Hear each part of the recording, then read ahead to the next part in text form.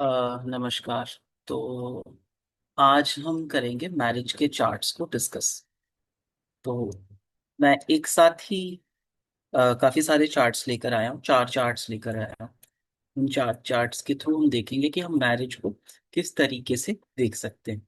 Video थोड़ी लंबी हो सकती है, पर हम सभी फॉर्मूले पहले डिस्कस करेंगे, फिर एक एक कर कर उसको एक चार्ट पर लगाकर देखने की कोशिश करेंगे कि किस तरीके से वो सूत्र हमें अच्छे रिजल्ट्स मैरिज के दे पा रहे हैं। ठीक है, तो शुरू करते हैं वीडियो को। मैं स्क्रीन शेयर कर देता हूँ। सबसे पहले तो ना हम देख लेते हैं फॉर्मूलेस। ठीक है जी। तो सबसे पहले देखते हैं क्या फॉर्मूलेस यूज होते हैं जब हम मैरिज प्रिडिक्ट करेंगे।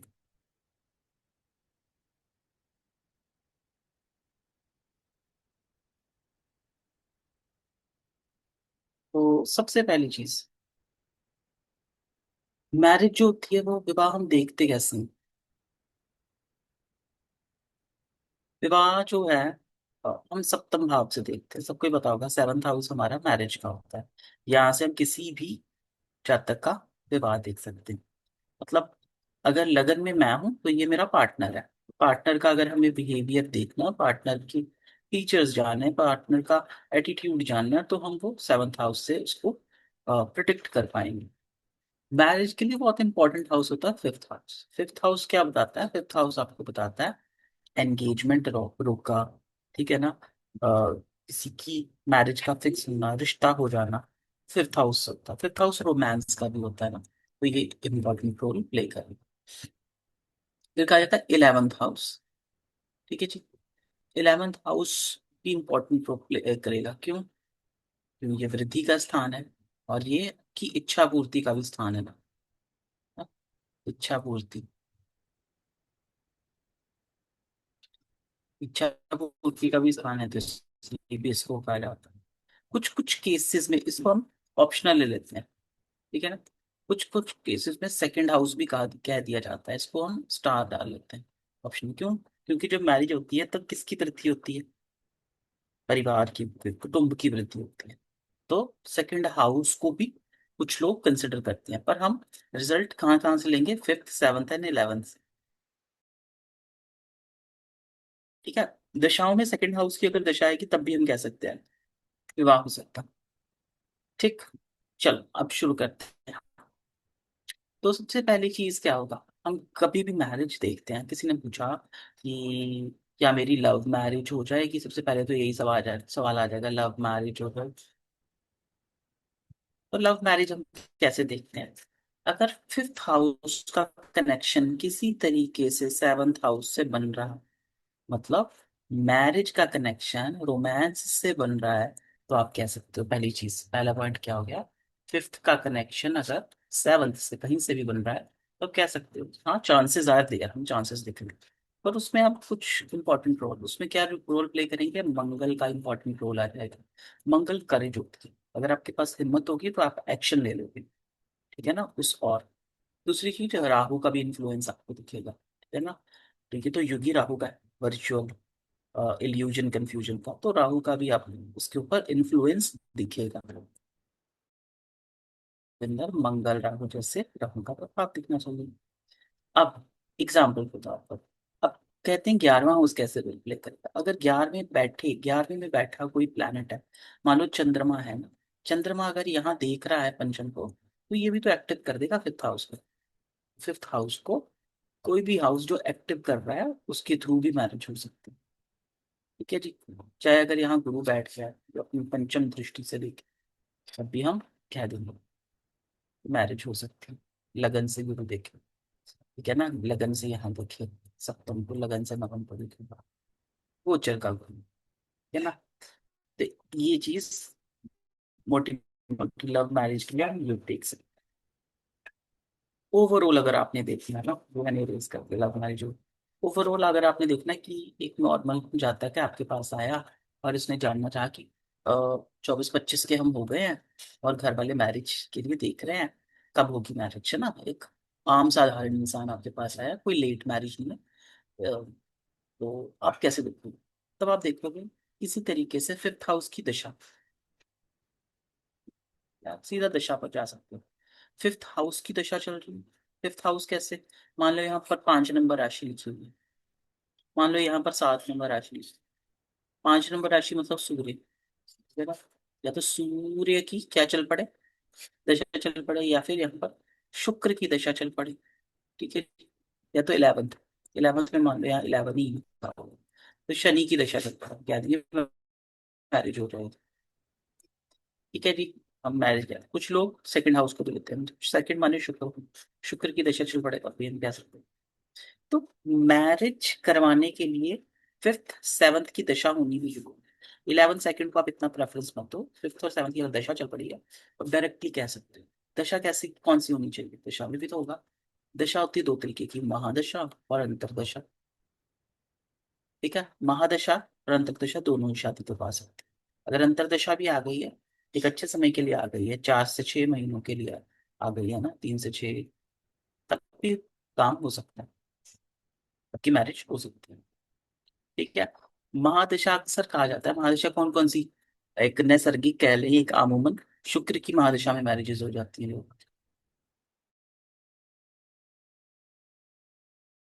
ठीक है,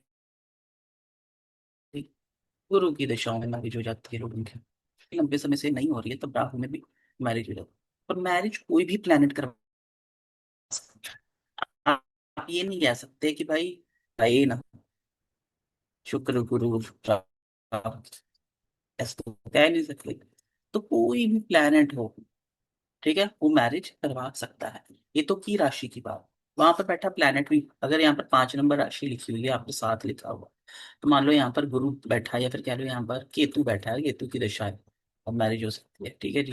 मान लो यहाँ पर बैठ गया बुध, बैठ गया, तो बुध की दशा में मैरिज हो जाएगी। जो प्लेनेट बैठा है उसके थ्रू भी हम मैरिज प्रेडिक्ट कर सकते हैं। ठीक है, यहाँ पर भी जो प्लेनेट बैठा है वो भी मैरिज करवा सकता है, यहाँ का भी रिजल्ट आप कह सकते हैं, कुछ कुछ केसेस में यहाँ भी आप कह सकते हैं।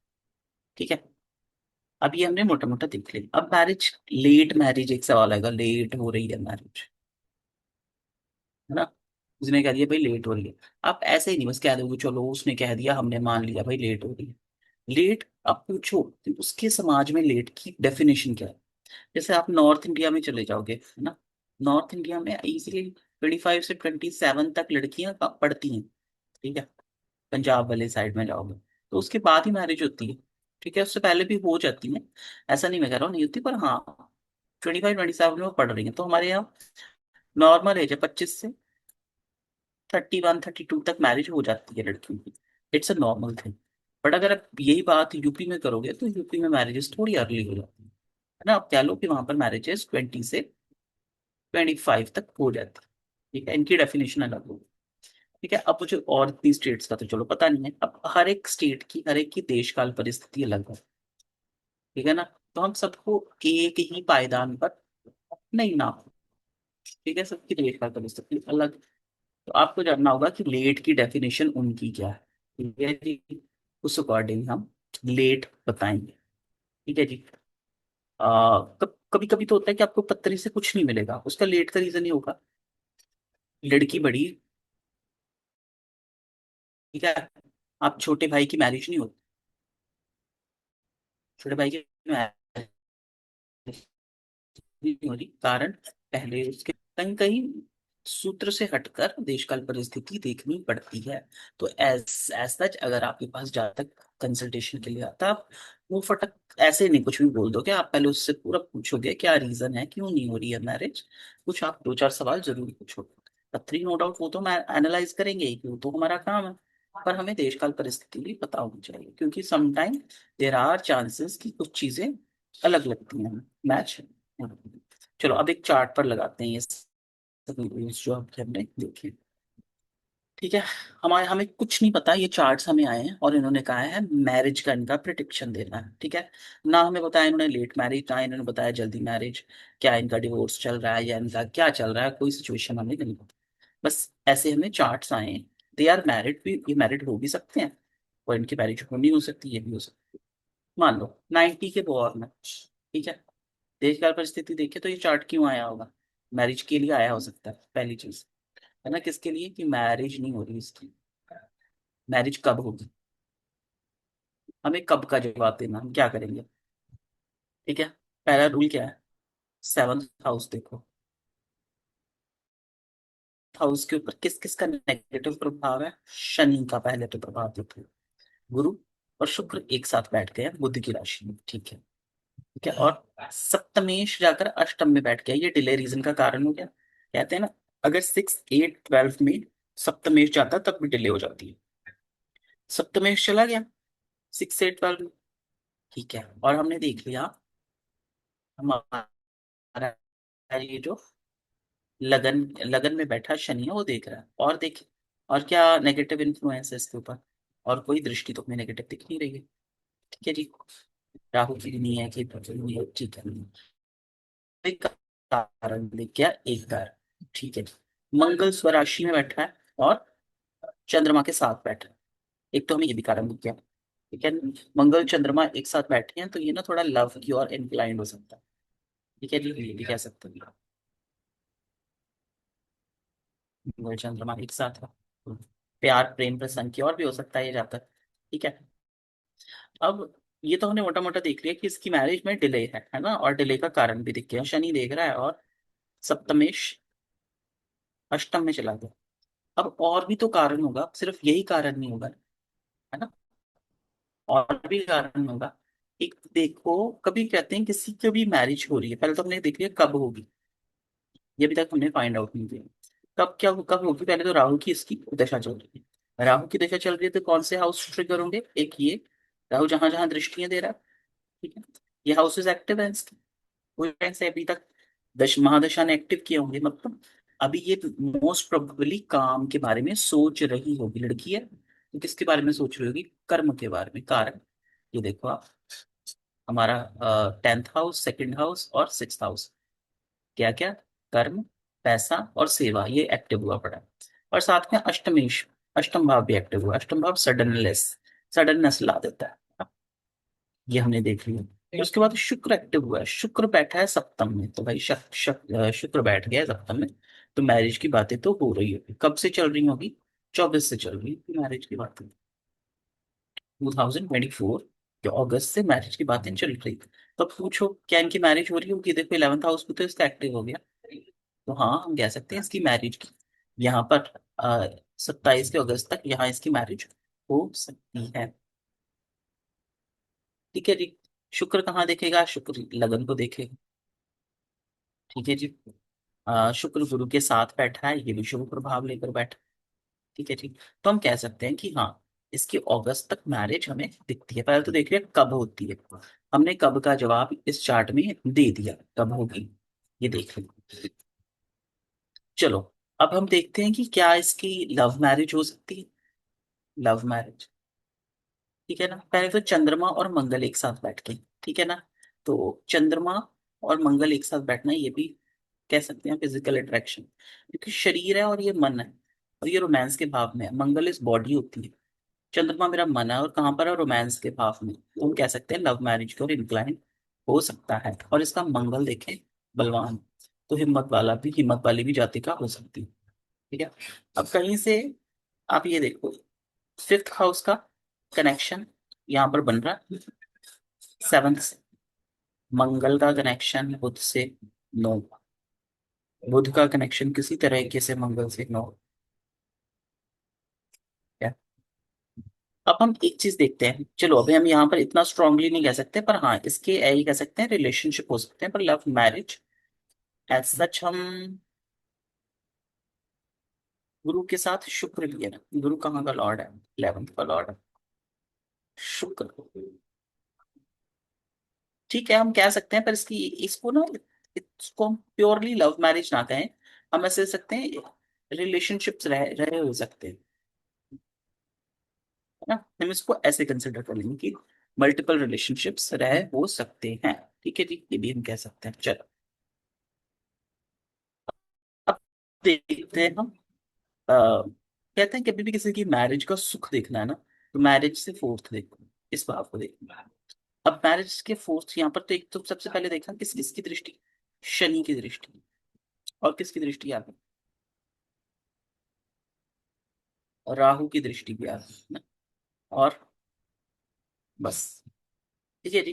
हमने दो मैलेफिक की दृष्टि आ गई, और राशि कौन सी आ गई? छठी राशि है। छठी राशि किसकी होती है? परफेक्शन की, संघर्ष की। ठीक है जी। मैरिज के सुख में क्या आ गया? शनि राहु।